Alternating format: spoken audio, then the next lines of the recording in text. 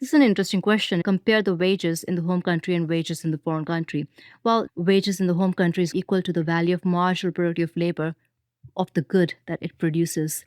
And for the foreign country, it would be exactly that value of the marginal productivity of labor that the foreign country produces.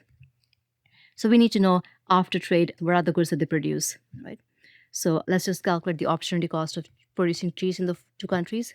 Home country is 1/3, and foreign country is 5/4, right? 1 point something. Now, what we have here is opportunity cost, which is lower in the home country. So home country would specialize in the production of cheese, and foreign country would produce whiskey, right?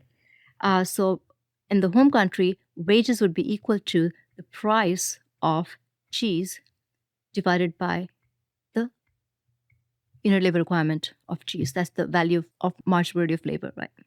In the foreign country, it would be price of whiskey, ALW star.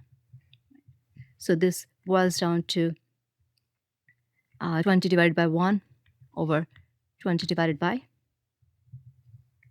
4. So 20 divided by 5, which is equal to 4.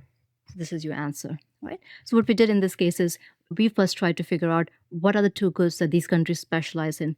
Each country would produce one good that they have comparative advantage in producing. Once we know that good, we know what the wages would be in that country.